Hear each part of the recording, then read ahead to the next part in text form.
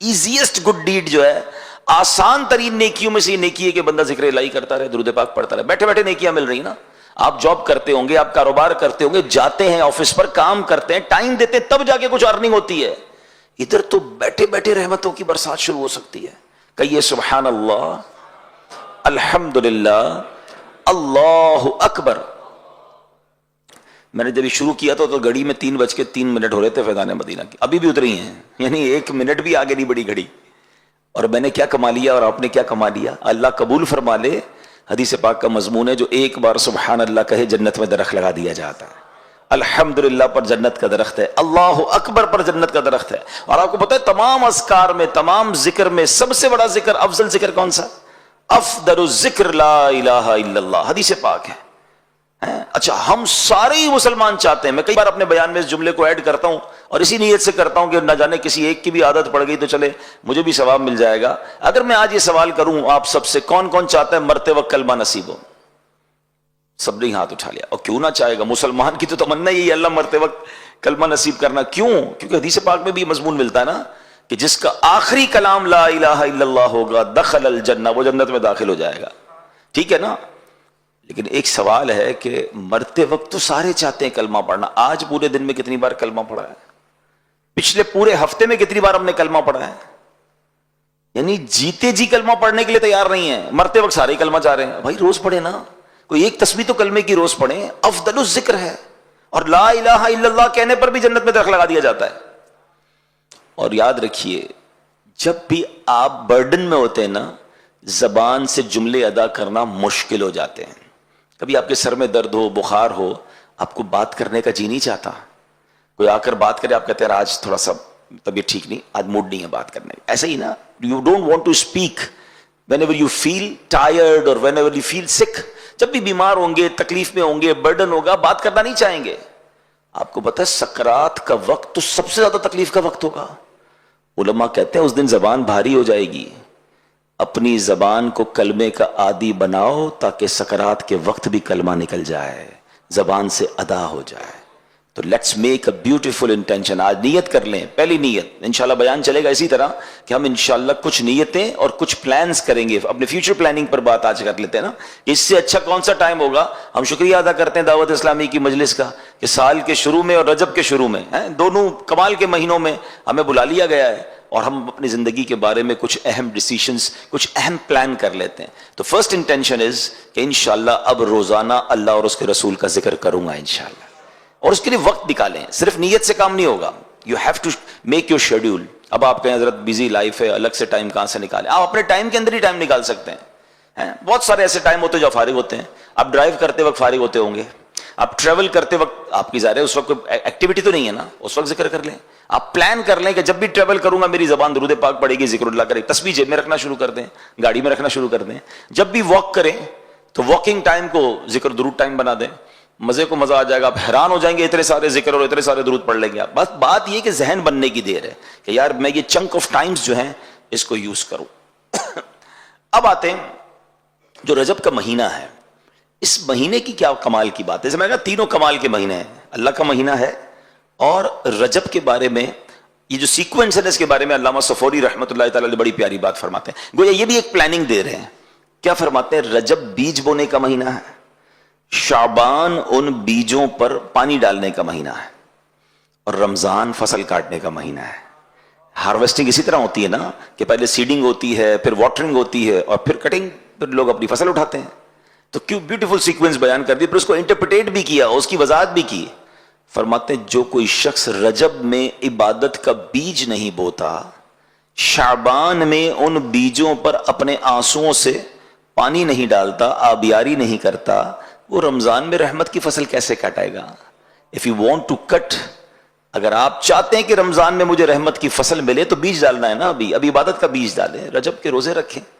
جنت کی ایک نہر ہے جس کا نام ہی رجب ہے، اور اس نہر سے ملے پانی ہی وہی پیئیں گے، پلایا ہی انہیں جائے گا دودھ سے زیادہ، سفید شہد سے زیادہ میٹھا پانی جو رجب کا روزہ رکھنے والا ہوگا. رجب کا ایک روزہ رکھ کے اس کو اس میں سے پانی پلایا جائے گا.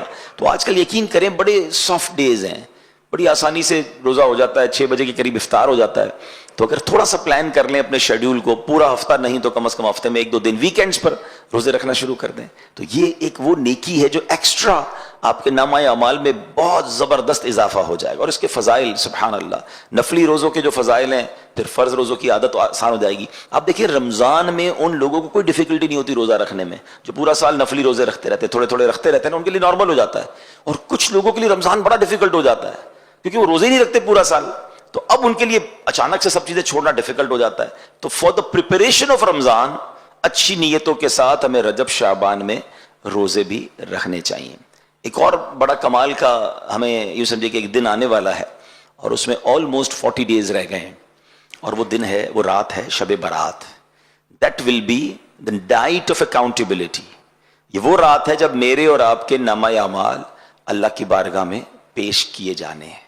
آپ کاروبار کرتے ہوں گے، جاب کرتے ہوں گے، آپ کو کہیں نہ کہیں سالانہ کوئی رپورٹ پیش کرنی پڑتی ہے، آڈٹ بھی ہوتا ہے. کتنی فکر ہوتی ہے کہ رپورٹ صحیح بن جائے.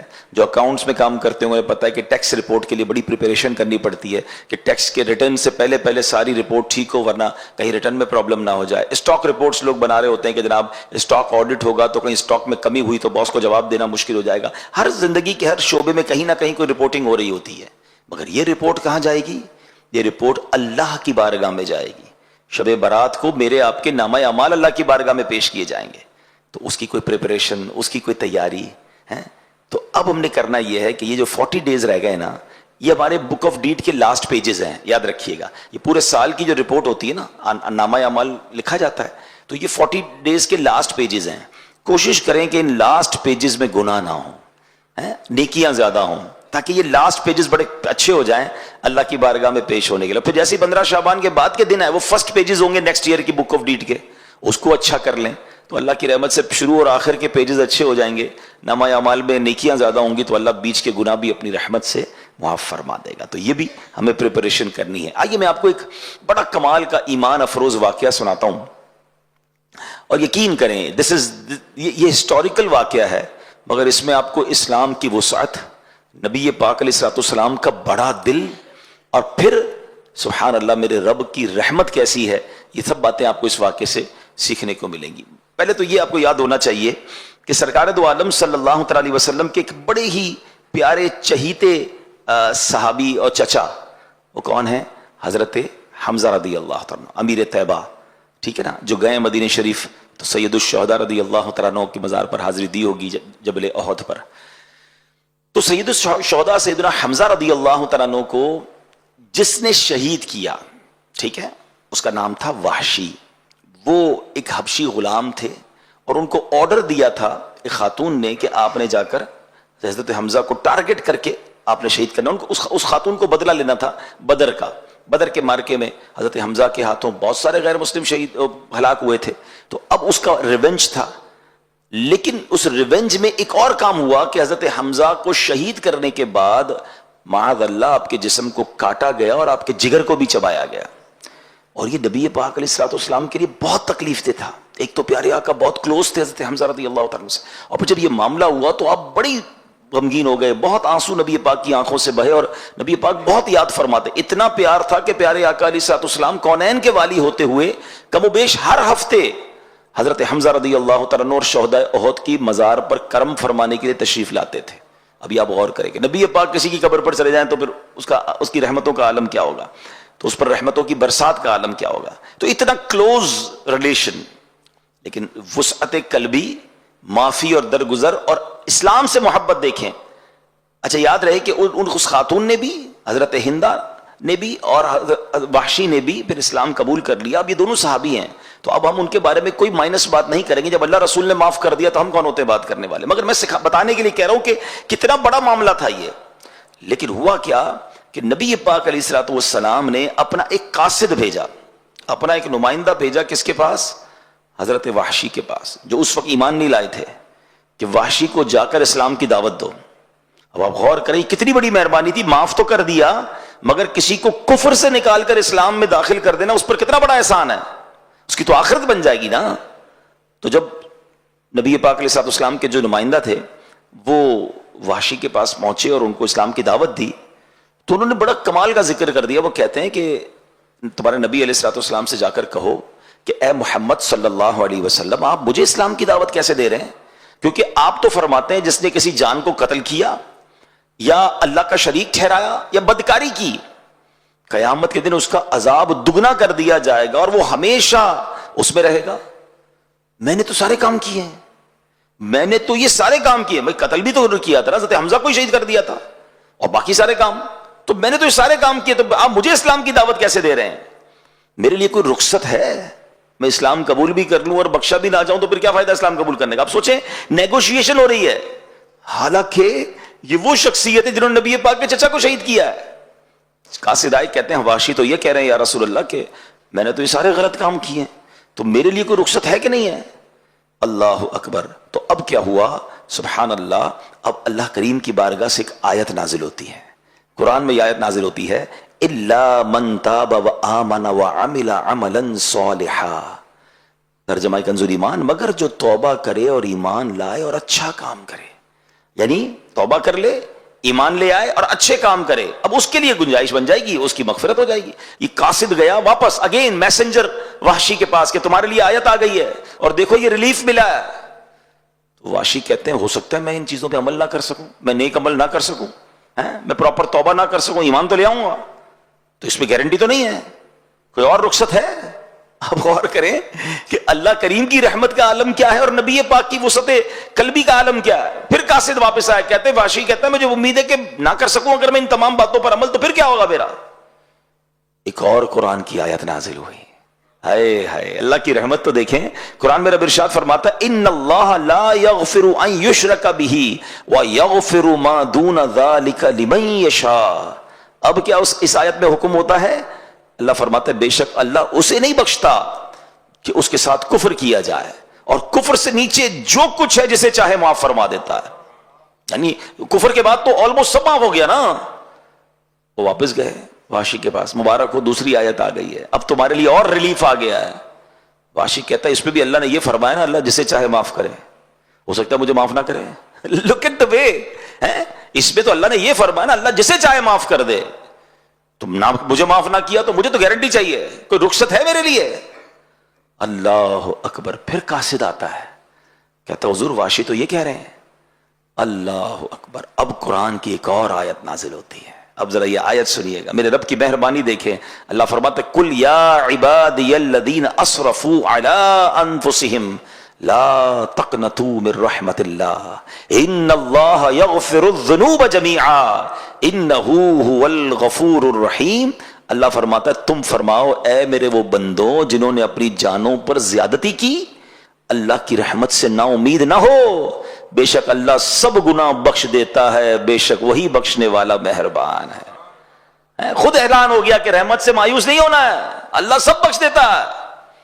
اب واشی کے پاس پھر قاصد گئے، third time, look at the way of نیکی کی دعوت آف اسلام، کہ کسی طرح بندہ مسلمان ہو جائے۔ اب واشی کہتے ہیں ہاں اس میں گارنٹی ہے، یہ جو آیت ہے اس میں گارنٹی۔ وہ مسلمان ہو گئے، جب وہ مسلمان ہوئے ان کے ساتھ کچھ ساتھی تھے وہ بھی مسلمان ہو گئے۔ اب صحابہ کرام علیہم رضوان نے بڑا پیارا نبی پاک سے سوال کیا، حضور یہ جو آفر، یہ جو رخصت، یہ جو ریلیف قرآن پاک میں آیا ہے صرف وحشی کے لیے یا ہمارے لیے بھی ہے؟ نبی پاک فرماتے ہیں یہ تمام مسلمانوں کے لیے ہے۔ ہائے ہائے، ساڈا بھی کم ہو گیا نا۔ اب ذرا غور کیجئے کہ یہ آیت کریمہ کتنی کمال کی، اور اس پورے واقعے میں کتنے لیسن ہیں۔ میں کہوں ہم میں سے کوئی ایسا نہیں ہے جس کو کسی نے ایسی تکلیف دی ہو، پاسبل ہی نہیں ہے نا کہ ایسے کیسے تکلیف کو دے جو حضرت وحشی کی طرف سے نبی پاک کو پہنچی تھی۔ مگر دل اقدس دیکھیں، معافی دیکھیں، درگزر دیکھیں کہ نہ صرف معاف کر دیا بلکہ اسلام قبول کرنے کے لیے قاصد بھیجا، اور وہ ریکوائرمنٹ کرتے رہے، وہ آرگیومنٹ کرتے رہے، نیگوشیشن کرتے رہے، اور پیارے آقا ان کے لیے ریلیف کوئی نہ کوئی صورت بن جائے۔ کیا ہم ایسا کبھی سوچ سکتے ہیں؟ ہم کیا کسی تکلیف دینے والے کو معاف کرتے ہیں؟ کیا ہم درگزر کرتے ہیں؟ غور کیجئے، ہمارے بہت سارے پرابلمز کی ایک بڑی وجہ یہ ہے کہ ہم ریونج لینے کا سوچتے ہیں۔ ہم بعض اوقات انتقام کی آگ میں جلتے ہیں، اور یہ امید انتقام کی آگ جو لگی ہوئی کہاں ہوتی ہے؟ ادھر۔ انتقام تو پتہ نہیں کب لیں گے لیکن یہ روز جلاتی ہے، نہ سونے دیتی ہے، نہ جاگنے دیتی ہے، نہ جناب سکون دیتی ہے، خود ہی آگ لگا لی اپنے دل میں۔ اگر اس آگ کو بجھا دوں تو کتنا ریلیف ہو جائے گا، کتنا سکون ہو جائے گا، ٹینشن ہی نہیں رہی نا، مجھے بدلے ہی کسی سے نہیں لینا ہے, مجھے میرے دل میں کسی کے لیے نیگیٹو ہے ہی نہیں. اور آپ بلیو کریں, ہمیں ملتے ہیں کبھی کبھی کچھ لوگ کہتے ہیں یار نیند نہیں آتی, سکون نہیں ہے, میں نیند کی گولیاں کھا کے سوتا ہوں, یا رات کو سوتا ہوں تو دماغ چلتا رہتا ہے, سوچتا رہتا ہے. آپ یقین کریں, آپ غور کریں, 2-3 پرابلمز ہو سکتی ہیں آپ کو. یا تو آپ کے دل میں حسد ہو گیا ہے کسی سے, کیونکہ حسد والا خود ہی جلتا ہے. حسد چیز ہی ایسی ہے کہ مجھے جس سے حسد ہو گیا, جب اس کو ترقی ملے گی مجھے تکلیف ہوگی, اس کو عزت ملے گی مجھے تکلیف ہوگی, وہ مشہور ہو جائے گا مجھے تکلیف ہوگی, پیسے والا ہو جائے گا مجھے تکلیف ہوگی, وہ مزے کر رہا ہے اور میں رو رہا ہوں مجھے تکلیف ہو رہی. کمال کی بیماری ہے کہ جس سے حسد ہے وہ انجوائے کر رہا ہے, اور وہ جتنا انجوائے کر رہا ہے اتنا مجھے تکلیف ہو رہی ہے. تو مجھے کیوں پالنی ہے ایسی بیماری بھائی, ٹھیک ہے نا, جو مجھے ہی تکلیف دے رہی ہے. اس کو کہتے ہی جیلسی ہے, جلن ہی ہے اس میں. اچھا افسوس کی بات ہے دنیا میں بھی جلتا ہے آخرت میں بھی جلے گا. اتنی خطرناک بیماری. حدیث پاک میں آتا ہے حسد نیکیوں کو ایسے کھا جاتا ہے جیسے آگ لکڑی کو کھا جاتی ہے. اب سردیوں میں لوگ آگ لکڑی جلاتے ہیں, کیا ہوتا ہے تھوڑی دیر بعد لکڑی فنش, ختم, راخ. ایسی نیکیاں ختم. اتنی مشکل سے نیکی کروں, نماز پڑھوں, سردی میں وضو کر کے نماز پڑھوں, یا روزے رکھوں, یا تلاوت کروں, یا صدقہ خیرات دوں, اور حسد کر کے سب جلا دوں, تو مجھ سے بڑا بے وقوف کون ہوا بھائی. تو آلویز ٹرائی ٹو انڈرسٹینڈ کہ جس کو سکون سے نیند نہیں آتی نا, یا تو وہ بدگمان ہے کسی کے بارے میں, نیگیٹو سوچتا ہے, یا اس نے حسد پال لیا ہے, یا ریونج ہے اس کے دل میں, بدلے کی آگ میں جل رہا ہے, اس کو نہیں آئے گی نیند. آپ دل سے سب نکال دو, کلین کر دو, یقین کرو ایسی نیند آئے گی کہ مزے کو مزہ آ جائے گا. جب مجھے کسی سے ٹینشن ہی نہیں ہے, مسلمان کی خوشیوں میں خوش ہونا شروع کر دیں. حسد کا اپوزٹ پتہ ہے کیا ہے, کہ آپ کو پتا چلے نا یار کسی کو ترقی ملی, آپ انجوائے کریں, یا اللہ ماشاءاللہ سبحان اللہ, اللہ اس کو اور دے, اللہ اس کو اور نواز, مجھے بھی دے دے. دیکھیں یہ دعا کرنے میں کوئی حرج نہیں ہے کہ اللہ تو نے اس کو دیا ہے مجھے بھی دے دے, یہ تو میرے رب کے خزانے بھرے ہوئے ہیں نا, وہ اس کو دے سکتا ہے آپ کو بھی دے سکتا ہے. لیکن یہ جو تمنا ہوتی ہے نا کہ اس کا چھین کے مجھے مل جائے, یا مجھے نہ ملے مگر یہ برباد ہو جائے, یہ حسد ہے, حرام, جہنم میں لے جانے والا کام.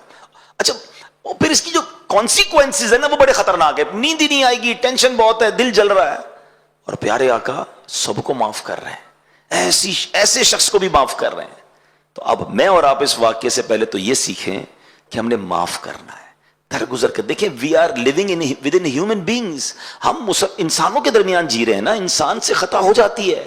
آپ اگر باس ہیں, ایچ او ڈی ہیں, تو آپ کے کسی ساتھ کام کرنے والے سے مسٹیک ہو جائے گی. آپ شوہر ہیں تو بیوی بچوں سے مسٹیک ہو جائے گی, والدین ہیں تو بچوں سے مسٹیک ہو سکتی ہے. آپ کوئی کہیں بھی ہیں, آس پاس کے لوگ مسٹیک کریں گے. اچھا میں خود بھی تو کرتا ہوں نا, آپ بھی تو کرتے ہیں. آپ دوسروں کی مسٹیک یاد کر رہے ہیں, اپنی مسٹیک کیوں بھول رہے ہیں بھائی. آپ کی مسٹیک پکڑنے والا کوئی اور ہے, مگر آپ دوسروں کی مسٹیک چھوڑ نہیں پا رہے. نہ کریں ایسا. اور یہاں میں بڑی ایک باریک سی بات کہہ کر آگے نکل جاؤں گا. ہم سب کی ایک دعا ہوتی ہے, اور اچھی دعا ہے, اور خاص طور پہ جب شب قدر آتی ہے تو سبھی دعا کرتے ہیں, اللہم انک عفو کریم تحب العفو فاعف عنی. اس کا معنی پتہ ہے آپ کو, میننگ بڑا پیارا معنی ہے. اور بلکہ چلیے یہ مشورہ بھی دے دیتا ہوں, whenever you try to recite any of Arabic supplication, جب بھی آپ کسی عربی دعا کو پڑھیں اس کی میننگ ضرور سمجھا کریں, پھر مزہ ہی اور آئے گا. آپ مانگ کیا رہے ہیں آپ کو ہی نہیں پتا. آپ کسی جگہ پر آپ اپلیکیشن دے رہے ہیں, کوئی کہے کیا لکھا ہے, بولے مجھے نہیں پتا, تو بھی کیسی اپلیکیشن ہے بھائی, آپ کو ہی نہیں پتا کیا مانگنا ہے. اپلیکیشن پڑھتے ہیں, سمجھتے ہیں, نہیں سمجھ آتا ٹرانسلیٹ کرتے ہیں. اب تو چیٹ جی پی ٹی پتہ نہیں کدھر سے ٹرانسلیٹ ہو جاتا ہے. تو بھائی دعا کا بھی تو معنی سمجھو نا, کیا مانگ رہے ہو اللہ سے. آپ بلیو کریں جس دن عربی دعائیں سمجھ آنے لگ گئی آپ کو مزے کو مزہ آ جائے گا, کیونکہ اس میں جو فصاحت ہے, اس میں جو بلاغت ہے, اس میں جو رقت ہے, اللہ اکبر. یہ میرا موضوع نہیں ہے, ورنہ اس پر پھر کبھی بات کریں گے کہ عربک دعاؤں کا ایسنس کیا ہے اور اس کا لطف کیا ہے کہ اس کو سمجھ کے پڑھیں. بہرحال اس دعا پر آتے ہیں. اچھا یہ دعا بھی نبی پاک علیہ السلام نے بیان کی ہے, حدیث پاک کی دعا ہے. بی بی عائشہ صدیقہ رضی اللہ تعالی عنہا نے پیارے آقا سے پوچھا تھا نا کہ حضور شب قدر کو پالوں تو کیا پڑھوں, تو نبی پاک نے دعا بتائی تھی. سبحان اللہ, اللہ کے حبیب بتائیں کہ اللہ سے ایسے مانگو, اس سے اچھی دعا کون سی ہوگی. ڈائریکٹ کوشچن آنسر مل گیا نا. آپ کہتے ہیں نا پیپر آؤٹ ہو جائے, پیپر آؤٹ ہی تو کر دیا نبی پاک نے. جس سے مانگنا ہے اس سے یہ ایسے مانگ لو, رب کے حبیب بتا رہے ہیں. لیکن اس دعا کے معنی کیا, اللہم انک عفو, اے اللہ تو معاف کرنے والا ہے, تحب العفو, معافی کو پسند کرتا ہے, فاعف عنی, مجھے بھی معاف کر دے. Look at the beautiful way to ask.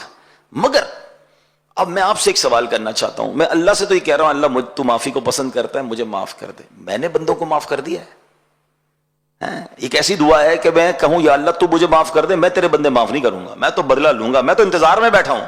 بلکہ کچھ لوگ تو اتنے خطرناک ہوتے ہیں کہ وہ اگلے کی خوشی کا انتظار کر رہے ہوتے ہیں کہ اس کے بچے کی جس دن شادی ہوگی نا اس دن رنگ میں بھنگ ڈالوں گا, اس دن بدلا لوں گا, اس دن ذلت ذلیل کروں گا, جس دن اس کی پروموشن ہوگی نا, یا جس دن جناب اس کو کوئی ترقی ملے گی, میں اس دن اپنا جو ہے نا غصہ نکالوں گا. استغفر اللہ, استغفر اللہ. کتنا گندا ذہن ہے یار. کسی مسلمان کی خوشی خراب کرنی ہے آپ کو.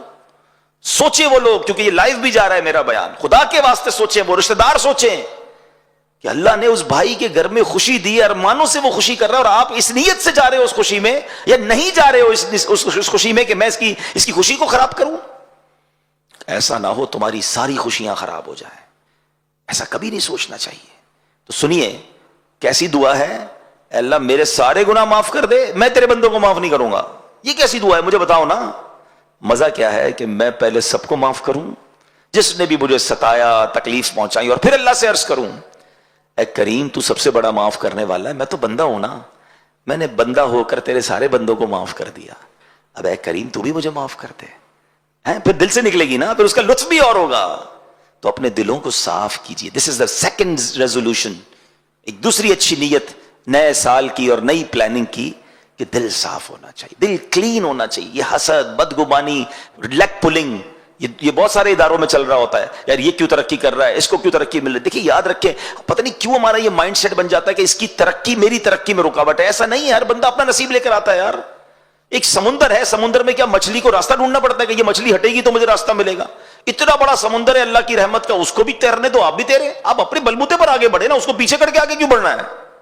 ہاں وہ کہتے نہیں وہ اصل میں اس نے وہ چاپلوسی کی تھی, تو اس نے وہ شکایت کی تھی, تو اس نے فلاں کام کیا تھا, اس لیے وہ آگے بڑھ گیا. اور یار آپ ان چیزوں کو چھوڑ دینا, آپ کے نصیب میں جو آپ کو مل کر رہے گا. آپ اللہ کی رحمت سے نا امید کیوں ہوتے ہیں. اصل میں حسد کی ایک بیسک وجہ پتہ کیا ہو جاتی ہے. مثال کے طور پہ میں ایک ایگزامپل دیتا ہوں, ماشاءاللہ کافی سارے لوگ بیٹھے ہیں. اگر میں ہمارے یہاں ذمہ دار اسلامی بھائی کو 100,000 کے نوٹ دوں اور میں کہوں یہاں سے بانٹنا شروع کریں. اب اس وقت 100 سے زیادہ اسلامی پہ بیٹھے, مثال دے رہا ہوں, کافی سارے, یہ یہاں سے شروع کریں, 1,000 کا سب کو نوٹ دیں. میں نے اعلان بھی کر دیا کہ 100 نوٹ ہیں, 1,00,000 روپے ہیں, جناب سب میں 1,000 بانٹ دیں. تو ادھر بیٹھنے والا کوئی بندہ سوچ سکتا ہے کہ یار یہ جو بھائی 100 نوٹ بانٹیں گے تو یہاں کی تو باری نہیں آئی, ختم ہو جائیں گے. تو وہ ہو سکتا ہے یہاں سے کھڑا ہو اور آگے جا کے لائن توڑ کر اپنا 1,000 روپے لے لے, کیونکہ میری باری میں تو ختم ہو جائیں گے ان کے پاس. اول تو ایسا کرنا نہیں چاہیے, لیکن لاجیکلی تو سمجھ آتا ہے نا کہ 100 نوٹ بندے 200 ہیں. اچھا ان کے پاس 100 ہیں تو باقی کو ٹینشن ہو رہی ہے. اللہ کے پاس تو محدود نہیں ہے نا, اس کے خزانے تو بھرے ہوئے ہیں نا. ہم یہ کیوں سوچتے ہیں کہ اس کو ملنے سے پہلے مجھے مل جائے ورنہ ختم ہو جائے گا. نہیں ختم ہوگا, اس کریم کے خزانے بھرے ہوئے ہیں, وہ جب سے دنیا بھری بانٹ رہا ہے. اللہ سے یہ کہو نا, اللہ تو اس کو دے رہا ہے مجھے بھی دے دے. جو اس کو دے سکتا ہے وہ آپ کو بھی دے سکتا ہے. عزت آپ کو دی ہے, اس کو دی آپ کو بھی دے سکتا ہے. شہرت اس کو دی ہے آپ کو بھی دے سکتا ہے. دولت اس کو دی آپ کو بھی دے سکتا ہے. اللہ سے مانگو نا, اس کا چھیننا کیوں ہے, اس کا برباد کیوں کرنا ہے. یہی وہ مسٹیک ہے جو ہمیں سمجھ نہیں آ رہی, اور ملتا بھی نہیں ہے. میں آپ کو صحیح بتاؤں, مانگنے سے مل جاتا ہے, اللہ کی بارگاہ میں مانگنے سے مل جاتا ہے, بندے سے چھیننے سے ملتا نہیں ہے. ساری دنیا کوشش کر لے نا کسی کو گرانے کی, اور رب نے عزت رکھی ہے, کوئی نہیں بگاڑ سکے گا اس کا. ہاں سب مل کے گرانے کی کوشش کر لیں, اللہ نے عزت رکھی ہے, اس کو عروج ہی ملنا ہے, اس کو ترقی ملنی ہے. وَتُعِزُّ مَن تَشَاءُ وَتُذِلُّ مَن تَشَاءُ بِيَدِكَ الْخَيْرُ. اللہ کے ہاتھوں میں. یہ میں ہوتا کون ہوں کسی کی عزت گرانے والا, کسی کی دولت چھیننے والا, کسی کا رزق لے لوں. ہو ہی نہیں سکتا. یہ ادھر بٹھا لیں, میرے نصیب کا کوئی چھین نہیں سکتا, اور میرے نصیب میں نہیں وہ مجھے کوئی دے بھی نہیں سکتا. جو ہے وہی ملنا ہے, تو مانگو نا اللہ سے, خیر والی دعا کریں. تو یہ خوبصورت واقعہ جو وحشی, حضرت وحشی کے ایمان لانے کا واقعہ لیسن ہے. جگر بڑا, دل بڑا. میرا موضوع نہیں ہے لیکن چلیں ذکر کر دیتا ہوں کہ خواجہ خواجگان خواجہ غریب نواز ماشاءاللہ خواجہ صاحب کی چھٹی آ رہی ہے, ان کا ایک بڑا پیارا جملہ ہے کہ اللہ کے دوست کی 3 نشانیاں ہیں. اگر اللہ کا دوست بننا ہے نا 3 کام کر لیں. اور کہتے ہیں نا بڑے آدمی کے بڑے ہی اقوال ہوتے ہیں, گولڈن ورڈز ہوتے ہیں. آپ نے ایک جملے میں گل مکا دی, بات ہی ختم کر دی. کہتے شفقت آفتاب جیسی, دل دریا جیسا, عاجزی زمین جیسی. واللہ میں کہتا ہوں, میں اور کوئی بیان نہ کروں, صرف اس ایک جملے کو میں اور آپ سمجھ کر عمل شروع کر دینا, اپنا سیشن کمپلیٹ ہے. کیا فرماتے ہیں؟ شفقت آفتاب جیسی.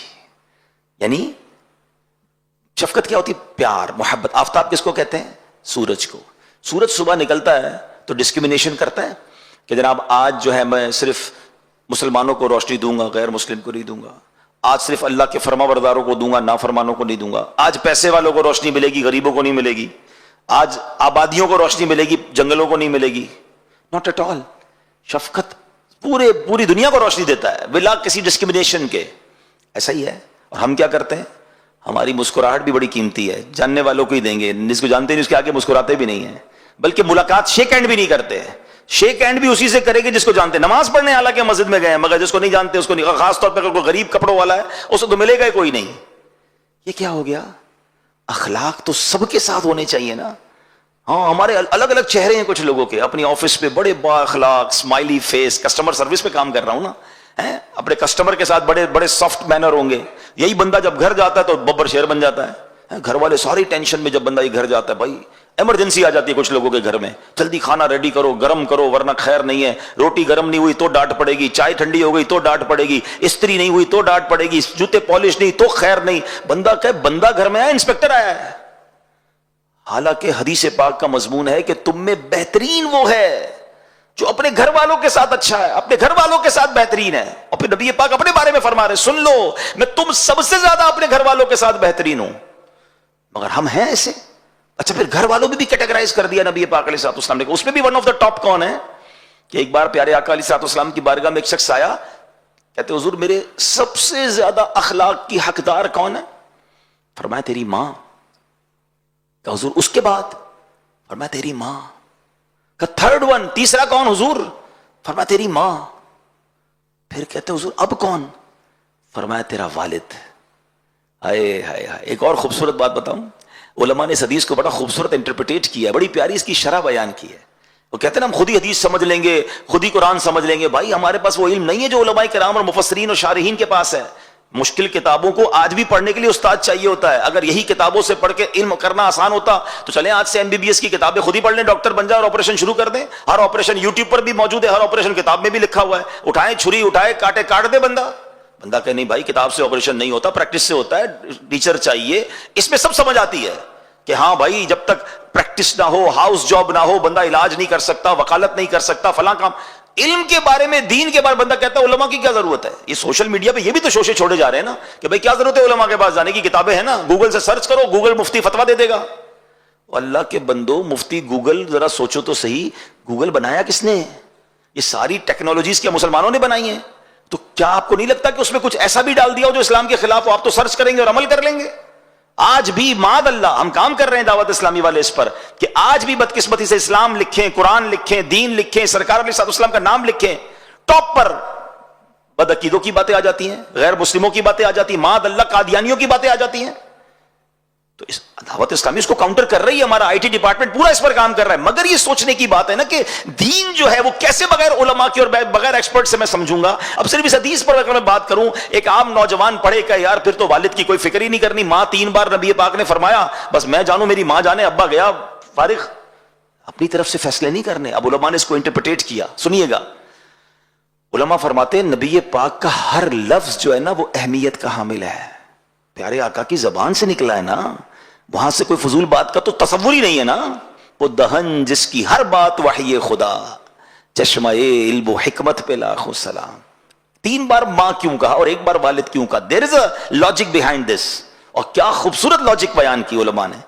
کہتے ہیں ماں 3 احسان کرتی ہے بچے پر, بڑے احسان. ویسے تو ساری زندگی ماں کے احسان ہوتے ہیں. ماں 9 مہینے پیٹ میں بچے کو پالتی ہے, ٹھیک ہے. پھر وہ ماں جو ولادت کے وقت, ڈیلیوری کے وقت جو اسے تکلیف ہوتی ہے وہ انبیئربل ہوتی ہے, اور اس میں کئی مائیں موت کی آغوش میں چلی جاتی ہیں, موت کو ٹچ کر کے واپس آتی ہے ماں بچے کے لیے. اور تیسرا پھر ماں اس کی پرورش کرتی ہے, ٹھیک ہے. فرمایا یہ تو ہو گئی ماں کے 3 احسان. ان تینوں کیٹیگریز میں والد ایک احسان کرتا ہے کہ بچے کی پرورش کرتا ہے. والد تو پیٹ میں بچے کو نہیں پالتا نا, ولادت کی تکلیف والد کو نہیں ہوتی ہے. تو اس لیے 3 بار ماں فرمایا اور 1 بار والد. ہر لفظ کے پیچھے حکمت ہے. اور پھر علماء نے اس کو سمرائز کیا کہ اب کرنا کیا ہے ماں باپ کے ساتھ. فرمایا خدمت ماں کی زیادہ کرنی ہے, عزت والد کی زیادہ کرنی ہے, کیونکہ وہ والدہ کا بھی شوہر ہے نا.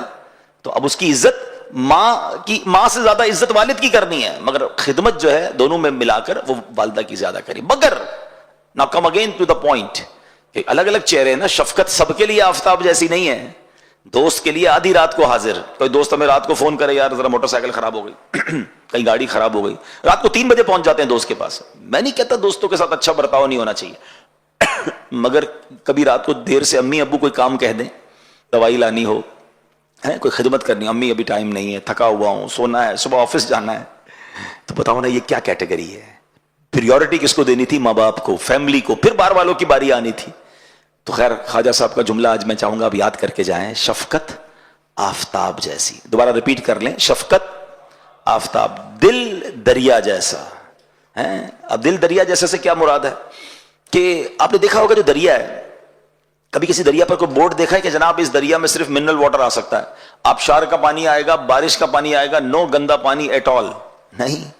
دریا میں بارش بھی آ رہی ہوتی ہے, آبشار بھی آ رہا ہوتا ہے, ندی نالے بھی آ رہے ہوتے ہیں, جانور بھی نہا رہے ہوتے ہیں. دریا سب کو لے کے چل رہا ہوتا ہے, اپنے رنگ میں رنگ کے چل رہا ہوتا ہے. اس کا مطلب یہ کہ دل دریا جیسا ہونا چاہیے.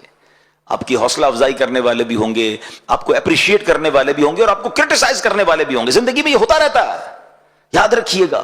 اگر آپ نے, میں بڑی ویژنری بات کرنے جا رہا ہوں, یہ آپ کو آفس میں بھی کام آئے گی, فیملی میں بھی کام آئے گی, محلے میں بھی کام آئے گی, اور دین کے کاموں میں بھی کام آئے گی, کہ اگر بڑا کام کرنا ہے نا تو جگر بڑا کر لو, دل بڑا کر لو. جو خواجہ صاحب نے فرمایا دل دریا جیسا کر لو, تو آپ کامیابی پاؤ گے. آپ بات بات پر اگر ناراض ہونے والے ہیں کہ یار اس نے دل توڑ دیا, اس نے جناب ڈسکریج کر دیا, ساتھ تو دیتا کوئی نہیں ہے, کون کرے بھائی کام, تو پھر آپ کچھ بھی نہیں کر سکتے. آپ کام کریں گے تو محبت کرنے والے بھی ملیں گے, کچھ کرٹیسائز کرنے والے بھی ملیں گے. چل سب کو لے کے چلیں, برداشت کریں. نبی پاک نے کیا کیا تھا؟ پیارے آقا جب اسلام کی دعوت پیش کی, نبی پاک کے تو اپنے مخالف ہو گئے تھے نا, فیملی ممبر مخالف ہو گئے, ساری زندگی نبی پاک کے گن گانے والے. آپ کو پتا ہے پیارے آقا کا سٹیٹس کیا تھا؟ اسلام کا اعلان کرنے سے پہلے آپ سب سے بڑے لوگوں کی امانت رکھنے والے تھے. امین کہتے تھے لوگ, اور اپنے پیسے رکھواتے تھے, اپنی چیزیں رکھواتے تھے. اتنا بھروسہ تھا نبی پاک پر. اور اللہ اکبر, آپ نے اللہ کا نام لینا تو کیا شروع کیا, آپ کی اپنی فیملی ممبر آپ کے خلاف ہو گئے, جان کے پیاسے ہو گئے. تو نبی پاک بھی کہہ دیتے کہ بھائی کیا ضرورت ہے, اتنی مخالفت ہو رہی ہے, میں جانوں اللہ اللہ کرتا رہوں گا ساری زندگی. وہ تو ہادی تھے, وہ تو پیمبر تھے, وہ تو اللہ کا پیغام لے کر آئے تھے, ڈٹے رہے. کتنی تکلیفیں, پتھر مارے گئے طائف میں, میرے آقا نے تو ہمت نہیں آ رہی. اچھا پھر سارے انبیاء کی ہسٹری پڑھے نا, حضرت نوح کی ہسٹری پڑھے, حضرت موسیٰ کی پڑھے, حضرت عیسیٰ, سب کو تکلیف ہوئی ہے, سب کو ستایا گیا. اچھا پھر اولیاء کرام کی ہسٹری پڑھ لیں. ہم خواجہ غریب نواز کا ذکر کر رہے ہیں, ہندوستان آئے تھے تو کیا ریڈ کارپٹ ملا تھا آپ کو؟ Everybody become enemy of ہم. کوئی بیٹھنے نہیں دیتا تھا, کوئی پانی نہیں پلاتا تھا, کوئی جناب بات نہیں سنتا تھا. مگر پھر and of the day result کیا آیا؟ ڈٹے رہے نا, ہمت میں رہے, دل دریا جیسا تھا. 90 لاکھ کم و بیش غیر مسلموں نے خواجہ کے ہاتھ پر اسلام قبول کر دیا. دس از دا ریزلٹ. یہ کب ملتا ہے؟ جب دل دریا جیسا ہو. اتنا سا دل ہو تو کچھ نہیں ہوتا. کئی لوگ نیکی کا کام شروع کرتے ہیں, کہتے ہیں کوئی ہمت توڑ دے کہ میں نہیں کرتا بھائی, کوئی ساتھ ہی نہیں دیتا, آج کل نیکی کا زمانہ ہی نہیں ہے. وہ نہیں کر سکتے. بالکل اسی طرح کاروبار میں بھی آپ کے ساتھ ہوگا. آپ کاروبار کریں, آپ کہیں نئی آفس کھول لیں, نیا ویژن لے کر نکلیں, لوگ ڈسکریج کریں گے. کچھ لوگوں کا کام ہی یہی ہوتا ہے یار, کوئی بات نہیں, ان سے الجھنے میں بھی ٹائم ضائع نہیں کرنا چاہیے. یہ بھی پرابلم ہے, یا تو ان سے لڑنے لگ جائیں گے, مجھے کیوں ایسا کہا. اب جتنی دیر آپ ان سے لڑ رہے ہیں نا, آپ کا کام رک گیا ہے. وہ تو چاہتا یہی تھا. کبھی روڈ پر چلتے ہوئے کتے کو جواب دیا آپ نے؟ اب جا رہے اور کتا بھونکنا شروع کر دیا, آپ کہ میں بھی رک کے اس کو بھونک کے جواب دوں گا, جب تک یہ چپ نہیں ہوگا میں بھی چیختا رہوں گا. اور کتا تو موج پہ آ جائے گا, چلو بھائی میرا ساتھی مل گیا, کمپیٹیٹر مل گیا. عقل مند کیا کرتے ہیں, کتے کا کام بھونکنا, اپنا کام منزل, وہ رستہ نہیں رکتا. یہی ویژن جس دن آپ کو مل گیا نا کہ اگر آپ نے کوئی ٹارگٹ پہ پہنچنا ہے تو اپنی منزل کی طرف چلتے رہیں. آپ کو پھول دینے والے بھی ملیں گے, آپ کو کانٹے بچھانے والے بھی ملیں گے, لیکن اگر منزل کی طرف آپ چلتے رہے, اور اگر اللہ کی رضا کے لیے کام ہو رہا ہے, اللہ کی رضا ساتھ ہے, نیت اچھی ہے, ایک وقت آئے گا یہ کانٹے بچھانے والے بھی پھول دینے والے بن جائیں گے.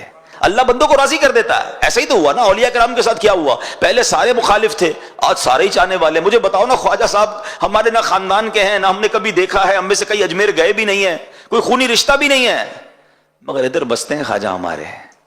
میرے آنے سے پہلے آپ بنکبت کیسے جھوم جھوم کر سن رہے تھے, میرا خواجہ آتا ہے رسول ہے. اور واقعی ایسا ہے, جب بھی خواجہ کا ذکر کرے طبیعت میں تراوٹ آ جاتی ہے. امام حسین, ہم میں سے کئی تو ہو سکتا ہے سیدوں, مگر بہت سارے نہیں ہیں, مگر امام حسین سے پیار کیسا ہے یار, اپنے بچے قربان کر دے بندہ امام حسین کے نام پر, کربلا والوں کے نام پر. کیوں؟ انہوں نے اللہ کو راضی کیا, انہوں نے رب کو راضی کیا, رب نے سب کو راضی کر دیا. ٹارگٹ یہ ہونا چاہیے. ہم سب کو راضی کرنے کے چکر میں رب کو ناراض کر دیتے ہیں. تو اگر آپ نے بڑا کام کرنا ہے نا تو دل، ریپیٹ کریں گے، دل دریا جیسا، شفقت آفتاب جیسی، دل دریا جیسا۔ تیسرا جملہ سنو، خواجہ صاحب کہتے ہیں اللہ کا دوست جو ہوتا ہے نا اس کی 3 نشانیاں، تیسری نشانی فرماتے عاجزی زمین جیسی۔ ہاں ابھی کس پہ بیٹھے ہو آپ اور میں؟ زمین پر بیٹھے نا، ہمارے پیروں تلے زمین ہے۔ اچھا زمین پر سجدہ بھی کوئی کرتا ہے، خوش ہوتی ہوگی زمین، مگر زمین پر برائی بھی کر رہا ہے، مگر زمین سب کے لیے بچھی ہوئی ہے۔ زمین کو کوئی گھاس بھی لگا رہا ہے، اس پہ پھول بھی اگا رہا ہے، اس کو بھی زمین موقع دے رہی ہے، اور زمین پر کوئی گندگی کر رہا ہے زمین اس کو بھی کچھ نہیں کہہ رہی ہے۔ عاجزی اللہ کو بڑی پسند ہے، عاجزی بچھ جائے کہ دانا خاک میں مل کر گلے گلزار ہوتا ہے۔ جب بھی آپ نے پھل والے درخت دیکھے ہوں گے نا، پھلدار درخت، جس درخت پر پھل لگتے ہیں نا وہ آلویز جھکتا ہے، جتنے پھل لگتے جائیں گے وہ نیچے آتا جائے گا، اکڑ کے نہیں کھڑا ہوتا۔ اگر آپ بھی چاہتے ہیں نا آپ کو پھل لگ جائے، جھکنا شروع کر دیں، عاجزی شروع کر دیں، ہمبل رہیں۔ کبھی یہ نہ کہیں یہ میں نے کیا ہے، میری ہوشیاری سے آگے بڑھا ہوں جناب، میری اسٹڈیز نے مجھے یہاں تک پہنچایا، میرے تجربے نے، یہ میرے فیصلے نے مجھے ترقی دی۔ کچھ لوگ کہتے نظر آتے بھائی یہ میرا کمال ہے، کبھی مت سوچنا میرا کوئی کمال نہیں ہے، سب میرے رب کی مہربانی۔ مجھ سے زیادہ ہوشیار لوگ پریشان ہیں، مجھ سے زیادہ جناب انٹیلیجنٹ لوگ ہمارے سے بہت نیچے ہیں، یہ اللہ نے مجھ جیسے کمزور آدمی کو یہاں تک پہنچا دیا۔ ہمیشہ یہ ذہن میں ہونا چاہیے، ہر حال میں اللہ کا شکر ادا کرنا چاہیے۔ تکبر جو ہے نا وہ بربادی لاتا ہے۔ بتائیے نا دنیا میں سب سے پہلا گناہ کیا ہوا تھا؟ the very first sin on this universe کیا تھا؟ تکبر ہی تو تھا۔ شیطان نے کیا کیا تھا؟ حضرت آدم کو سجدہ نہیں کیا تھا نا، کیا پرابلم تھی؟ پراؤڈ، انا خیر من، کیا کہا تھا اس نے اللہ کی بارگاہ میں؟ اللہ میں اس سے بہتر ہوں۔ خلقتنی من نار وخلقتہ من طین، اے اللہ مجھے آگ سے بنایا، اس کو مٹی سے بنایا، میں اس سے بہتر ہوں۔ ایک تکبر کیا۔ شیطان شروع سے ہی اللہ کا نافرمان نہیں تھا، اس کا نام عزازیل تھا، فرشتوں کا استاد تھا، اس کے چہرے کا نور چھین لیا گیا، اس کی عبادتیں برباد کر دی گئیں، اس کو لعنتی قرار دے دیا اللہ کی بارگاہ سے، جہنم کا حقدار ہو گیا وہ۔ Now I have a big question in front of all of you۔ ایک بار پراؤڈ کرنے والے کا یہ حال ہوا ہے، جو روز پراؤڈ کرتا ہو، جو روز تکبر کرتا ہو، نہ کریں ایسا۔ ہاں ہم کہہ رہے ہوتے ہیں، بہت سارے لوگ کہہ رہے ہوتے ہیں میں اس سے بہتر ہوں، شیطان نے بھی تو کہا تھا انا خیر من، میں اس سے بہتر ہوں۔ کوئی کہتا ہے میں پڑھا لکھا ہوں، یہ جاہل ہے، میں ایکسپیرینسڈ ہوں، یہ ان ایکسپیرینسڈ ہے۔ میں خوبصورت ہوں، اس کے چہرہ کا رنگ اچھا نہیں ہے۔ میں مالدار ہوں، یہ غریب ہے۔ میں طاقتور ہوں، یہ کمزور ہے۔ میری بات سنی جاتی ہے، میرے ہاتھ میں اقتدار ہے، میرے ہاتھ میں ڈیسیشنز ہیں، اس کی کیا حیثیت ہے؟ یہ کیا ہے؟ پھر بتاؤ نا تکبر کی تعریف کیا ہے؟ What is the meaning of proud? تکبر کی تعریف ہی یہی ہے کہ بندہ اپنے آپ کو دوسرے سے بہتر سمجھے، اس کو حقیر جانے۔ یہ تو صبح شام ہو رہا ہے، ہر بندہ ہر دوسرا آدمی تکبر کر رہا ہے اور اس کو احساس ہی نہیں کہ وہ کتنا بڑا گناہ کر رہا ہے۔ یہ کبیرہ گناہوں میں سے، بڑے بڑے گناہوں میں سے یہ گناہ اتنا سخت ناپسند ہے اللہ کریم کو۔ وہ حدیث پاک آپ سب کو تقریباً یاد ہوگی، بچپن سے سن رہے ہیں، جس کے دل میں رائی کے دانے کے برابر تکبر ہوگا وہ جنت میں نہیں جائے گا۔ What is the meaning of رائی کا دانا؟ اتنا ہوتا ہے سیڈ، دل میں اتنا تکبر ہوگا وہ جنت میں نہیں جائے گا۔ جس کا پورا دل ہی تکبر سے بھرا ہوا ہے اس کا کیا ہوگا؟ نہیں، ہمیں تکبر کو تو قریب بھی نہیں آنے دینا۔ عاجزی، انکساری، سب کے ساتھ محبت، پیار۔ پھر ریپیٹ کر لیتے ہیں خواجہ صاحب کے 3 فرمان، شفقت آفتاب جیسی، دل دریا جیسا، اور زمین عاجزی زمین۔ یہ یاد کر لو، آج آپ سمجھ لو یہ آج آپ کا ٹریننگ سیشن ہے، اور اس کو ریپیٹ کرتے رہیے گا۔ جیسے جیسے ریپیٹ کریں گے اور اس پر عمل کرتے جائیں گے نا، you will feel change in your life. اب میں واپس آتا ہوں، اللہ کی رحمت کی بات ہو رہی تھی، حضرت وحشی کا ہم نے واقعہ سنا۔ خدا کی قسم اللہ کی رحمت ایسی ہے کہ بندہ سنے اور سنتا چلا جائے، اور بعض اوقات تو عقل حیران ہو جاتی ہے کہ اللہ کریم کس قدر مہربان ہے۔ اب اس میں اللہ بزرگ جو ہو جاتے ہیں نا، جو لوگ عمر زیادہ ہو جاتی ہے، بال سفید ہو جاتے ہیں، ان سے کتنا پیار فرماتا ہے۔ ایک بار حضرت عمر فاروق رضی اللہ عنہ سے مروی ہے، آپ اس نے اخلاق کے پیکر نبیوں کے سرور صلی اللہ علیہ وسلم کی خدمت اقدس میں حاضر ہوئے، تو آپ علیہ الصلوۃ والسلام کو روتا ہوا دیکھ کر حضرت عمر فاروق نے دیکھا کہ نبی پاک آنسو بہا رہے ہیں، تو عرض کی حضور آپ کیوں رو رہے ہیں، آپ کیوں آنسو بہا رہے ہیں؟ تو آپ علیہ الصلوۃ والسلام نے جواب دیا، میرے پاس جبرائیل آئے اور فرمایا کہ انہوں نے کہا مجھے کہ اللہ عز و جل کو حیا آتی ہے کہ وہ کسی ایسے شخص کو عذاب دے جو اسلام میں بوڑھا ہوا ہو، پھر اسلام میں بوڑھے ہونے والے کو حیا کیوں نہیں آتی کہ وہ اللہ عز و جل کی نافرمانی کرتا ہے؟ اللہ اکبر. اللہ فرماتے مجھے حیا آتی ہے میں ایسے بندے کو عذاب دوں کہ جو اسلام میں بوڑھا ہوا ہے. اب جو بوڑھا ہو کر بھی اللہ کی نافرمانی کر رہا ہے پھر سوچیے نبی پاک فرماتے اس کو حیا کیوں نہیں آتی؟ تو کاش یہ بات بھی سمجھ آئے کہ رب ہم سے کتنا پیار فرماتا ہے, کتنی مہربانیاں ہم پر, اس کی رحمت ہمیں بخشنا ہی چاہتی ہے. یقین کریں, دیکھیں نا جو میں نے آپ کو آیت بیان کی کہ اللہ کی رحمت سے مایوس نہیں ہونا, اللہ بخشنے والا مہربان ہے. مگر ہم ہیں جو اللہ سے دور ہو جاتے ہیں, ہم ہیں جو توبہ نہیں کرتے. اللہ کی رحمت تو پکار رہی ہے کہ میرے بندے آ جاؤ. ایک بار نبی پاک علیہ الصلوۃ والسلام نے بڑا کمال کا ارشاد فرمایا. یہ جو ہماری دنیا میں رحم دلی ہے, محبتیں ہیں, پیار ہے, جانور کی ماں بھی اپنے بچے سے پیار کرتی ہے, انسان کی ماں باپ بھی اپنے بچے سے پیار کرتے ہیں, سب پتہ ہے کیا ہے؟ سنیے گا. اللہ کے حبیب علیہ السلام فرماتے ہیں اللہ عز و جل نے زمین و آسمان کی تخلیق کے دن 100 رحمتیں پیدا فرمائیں. اللہ نے اپنی 100 رحمتیں پیدا فرمائیں. ہر رحمت زمین و آسمان کے درمیان تہ در تہ کر کے رکھ دی گئی ہے. ان میں سے ایک رحمت زمین پر نازل ہوئی, اسی سے والدہ اپنی اولاد پر, وحشی درندے اور پرندے ایک دوسرے پر مہربان ہوتے ہیں. یہاں تک کہ گھوڑا اپنا پاؤں اپنے بچے سے دور کر لیتا ہے کہ کہیں سے چوٹ نہ لگ جائے. جتنی جانوروں میں مہربانیاں ہیں نا, رحم دلی ہے, ماں باپ میں رحم دلی ہے, دنیا میں جتنی رحم دلی ہے, آقا فرماتے ہیں اللہ کی ایک رحمت جو اس نے دنیا میں اتاری ہے نا, یہ سب اس کا مظہر ہے, یہ اس کی وجہ سے آپ دیکھ رہے ہیں. نبی پاک فرماتے ہیں جب قیامت کا دن ہوگا اللہ کریم اس رحمت کو دوسری 99 رحمتوں کے ساتھ ملا کر مکمل 100 فرما دے گا اور بروز قیامت اپنے بندوں پر رحم فرمائے گا. ایک رحمت کا یہ عالم ہے, تو جب 100 رحمتیں قیامت کے دن رب کی ہوں گی تو سوچئے پھر بندوں پر مہربانی کا عالم کیا ہوگا. بڑا کریم, بڑا مہربان. ایک بار نبی پاک علیہ السلام نے آپ کے پاس کچھ قیدی لائے گئے, صحابہ کرام بھی ساتھ تھے. تو ایک عورت کو اس کا بچہ تھوڑا بچھڑ گیا تھا, اس سے دور دوڑتے ہوئے اپنے بچے کو اس نے چمٹایا اور خوب چوما, پھر اسے دودھ پلانے لگی. ماں ہوتی ہے نا.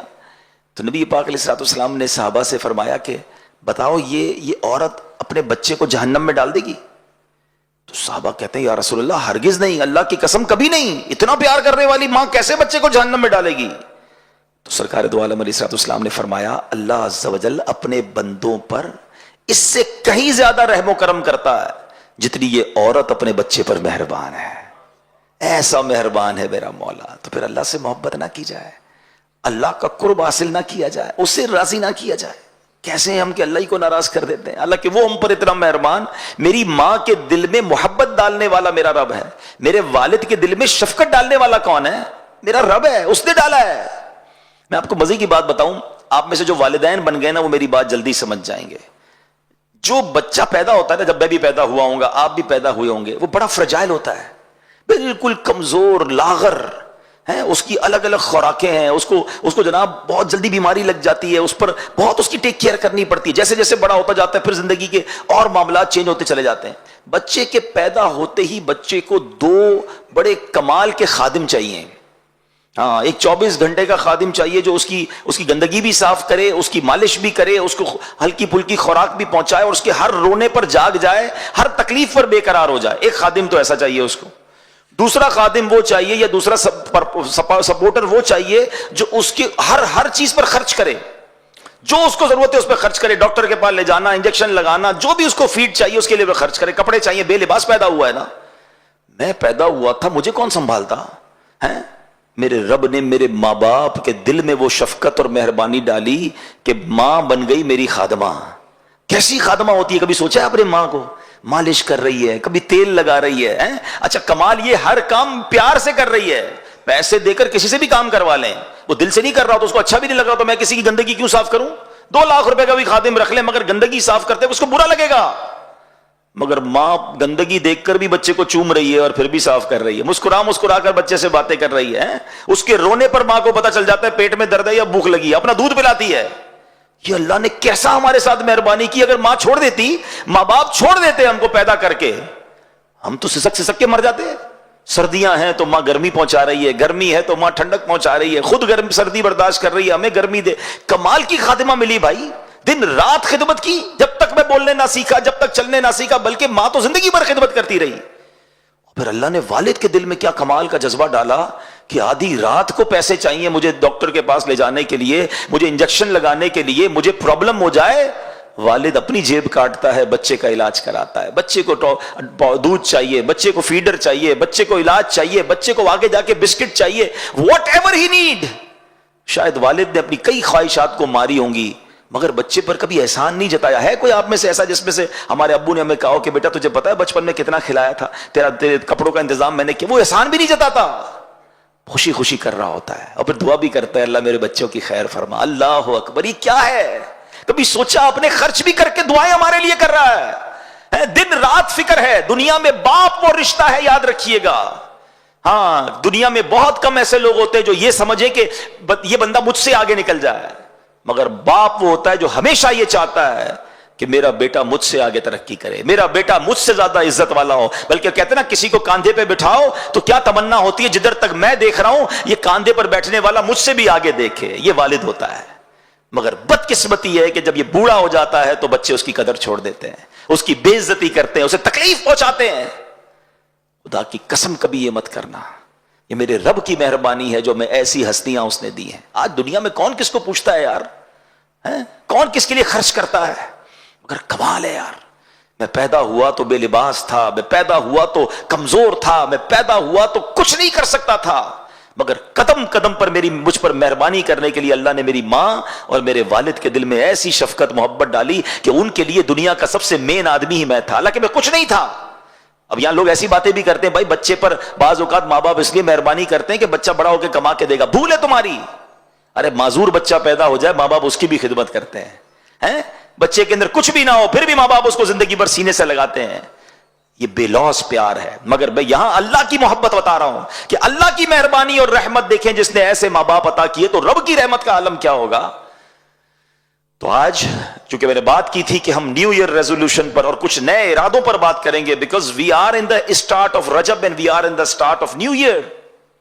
اب زندگی میں ایک بدلاؤ لائیے, ایک چینج لائیے, اور وہ چینج یہ ہونا چاہیے کہ ایک ہے زندگی میں عبادت کرنے کا جو ڈایا میٹر ہے نا, یہ جو انداز ہے وہ یہ ہے کہ یار نماز نہیں پڑھوں گا تو عذاب ہوگا, روزے نہیں رکھوں گا تو مار پڑے گی, جھوٹ بولوں گا تو جناب جہنم میں ڈال دیا جاؤں گا, اس لیے گناہ نہ کرنا یا اس لیے عبادت کرنا کہ سزا ملے گی.